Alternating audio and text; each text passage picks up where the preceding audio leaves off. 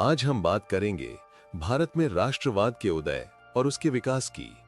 ये कहानी सिर्फ एक संघर्ष की कहानी नहीं है, बल्कि ये उस राष्ट्रीय चेतना के जागरण की कहानी है जिसने एक एक भारतीय को अपने देश के लिए खड़ा कर दिया। भारत में राष्ट्रवाद का मतलब है राष्ट्र के प्रति प्रेम और एकता की भावना। यानी जब लोग खुद को अलग अलग क्षेत्रों या जातियों का ना मानकर एक संपूर्ण राष्ट्र का हिस्सा मानते हैं तो उसे राष्ट्रवाद कहा जाता है। भारत में ये राष्ट्रवाद अंग्रेजों के शासन की प्रतिक्रिया के रूप में पैदा हुआ। 19वीं सदी से पहले भारत छोटे छोटे राज्यों में बटा हुआ था। कोई खुद को बंगाली मानता था, कोई पंजाबी, कोई तमिल तो कोई मराठी। लेकिन ये सोच कि हम सब भारतीय हैं इतनी गहरी नहीं थी। अंग्रेजों ने अपने शासन से पूरे भारत को एक प्रशासनिक ढांचे में तो बांधा, लेकिन उनकी नीतियों ने लोगों को दर्द भी दिया। और यही दर्द धीरे धीरे एक बड़ी ताकत बना, राष्ट्रवाद की भावना।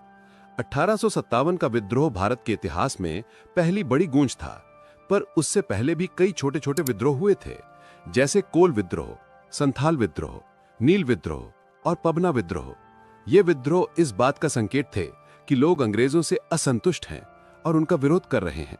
लेकिन इनकी सबसे बड़ी कमी ये थी कि ये क्षेत्रीय स्तर तक सीमित थे। 19वीं शताब्दी के उत्तरार्ध में हालात बदले। अब भारतीयों को महसूस होने लगा कि अंग्रेज सिर्फ एक जगह नहीं बल्कि पूरे देश में शोषण कर रहे हैं। इसीलिए अब विरोध भी पूरे देश के स्तर पर होने लगा और यहीं से राष्ट्रीय चेतना का जन्म हुआ। भारत में राष्ट्रवाद अचानक नहीं आया, इसके पीछे कई बड़े कारण थे। अंग्रेजों की नीतियों ने हर वर्ग को परेशान किया। किसान पर ज्यादा लगान और कर्ज का बोझ था, महाजन और जमींदार उनका शोषण करते थे। कुटीर उद्योग धीरे धीरे नष्ट हो रहे थे। बुनकर जो कभी अपने हाथ के हुनर से मशहूर थे, अब मजदूर बनने पर मजबूर हो गए थे। व्यापारी और पूंजीपति भी परेशान थे क्योंकि सरकार की नीति अंग्रेज व्यापारियों को बढ़ावा देती थी। सरकारी नियम कानून सिर्फ अंग्रेजों के हित में थे। प्रशासन से लेकर न्याय तक हर जगह भारतीयों के साथ अन्याय होता था। इस तरह हर वर्ग अंग्रेजों से नाराज हो चुका था। अंग्रेजों की आर्थिक नीति ने भारत की रीढ़ ही तोड़ दी। किसानों से जबरन नकदी फसल जैसे नील, गन्ना और कपास उगवाई जाती, लेकिन मुनाफा अंग्रेज ले जाते। कपड़ा उद्योग पूरी तरह बर्बाद कर दिया गया। 1882 में जब अंग्रेज सरकार ने भारत आने वाले कपड़ों पर आयात शुल्क हटा दिया तो इंग्लैंड से सस्ते कपड़े भारत आने लगे और भारतीय बुनकरों का धंधा खत्म हो गया। भारत से कच्चा माल इंग्लैंड ले जाया जाता, वहां सामान बनता और फिर वही महंगे दामों पर भारत में बेचा जाता। इससे किसानों और मजदूरों के सामने बेरोजगारी और गरीबी का संकट खड़ा हो गया। अंग्रेजी शिक्षा का भी बड़ा असर पड़ा। भारतीय अब दुनिया से जुड़ने लगे।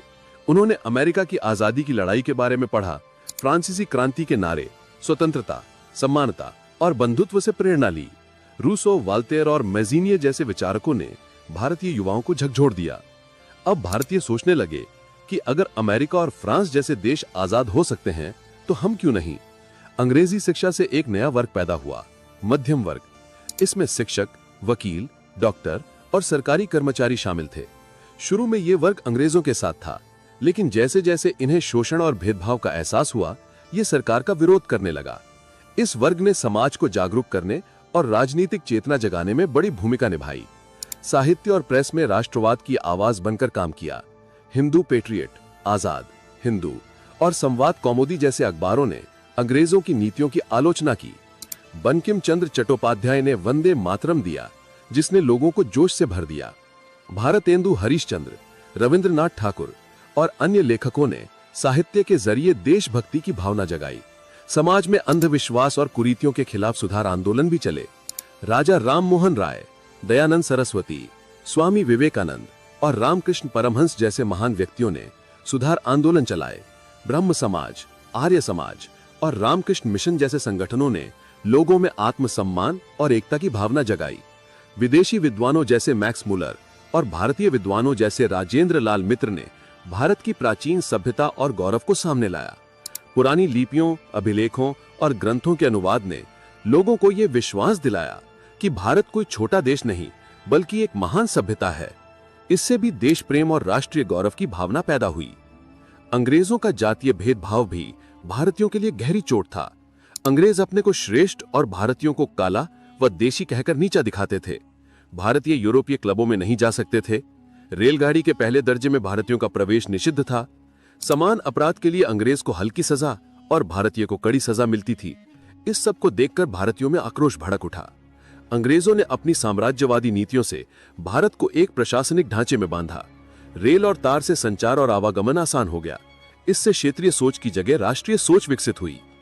इसी बीच कई राजनीतिक संस्थाएं बनी और 1885 में भारतीय राष्ट्रीय कांग्रेस की स्थापना हुई। कांग्रेस ने स्वतंत्रता संग्राम की नींव रखी और पूरे देश को एक मंच पर लाकर खड़ा किया। 19वीं शताब्दी के अंत तक राष्ट्रवाद का बीज गहरा हो चुका था, लेकिन इसे असली दिशा मिली 1919 से 1947 के बीच, जब महात्मा गांधी मंच पर आए। गांधी जी ने अंग्रेजों के खिलाफ सत्याग्रह, सत्य और अहिंसा का मार्ग चुना। उन्होंने 3 बड़े आंदोलन चलाए। असहयोग आंदोलन 1920 से 1922 तक, जिसमें अंग्रेजी स्कूल, अदालत और विदेशी कपड़ों का बहिष्कार किया गया। फिर सविनय अवज्ञा आंदोलन 1930 से 1934 तक, जिसमें अंग्रेजी कानूनों का खुला उल्लंघन हुआ, जैसे नमक कानून तोड़ना। और अंत में 1942 में भारत छोड़ो आंदोलन, जिसमें नारा दिया गया अंग्रेजों भारत छोड़ो, और यह अंग्रेजों के राज का अंतिम अध्याय साबित हुआ। इस तरह छोटे छोटे विद्रोहों से शुरू हुई चिंगारी 19वीं शताब्दी के कारणों से राष्ट्रवाद की लौ बनी और गांधी जी के आंदोलनों ने इसे एक महाआग में बदल दिया। अंततः यही राष्ट्रवाद भारत की आजादी का आधार बना और अंग्रेजों को भारत छोड़ने पर मजबूर कर दिया। अगर आपको यह वीडियो अच्छा लगा हो तो कृपया इसे लाइक करें, अपने दोस्तों के साथ शेयर करें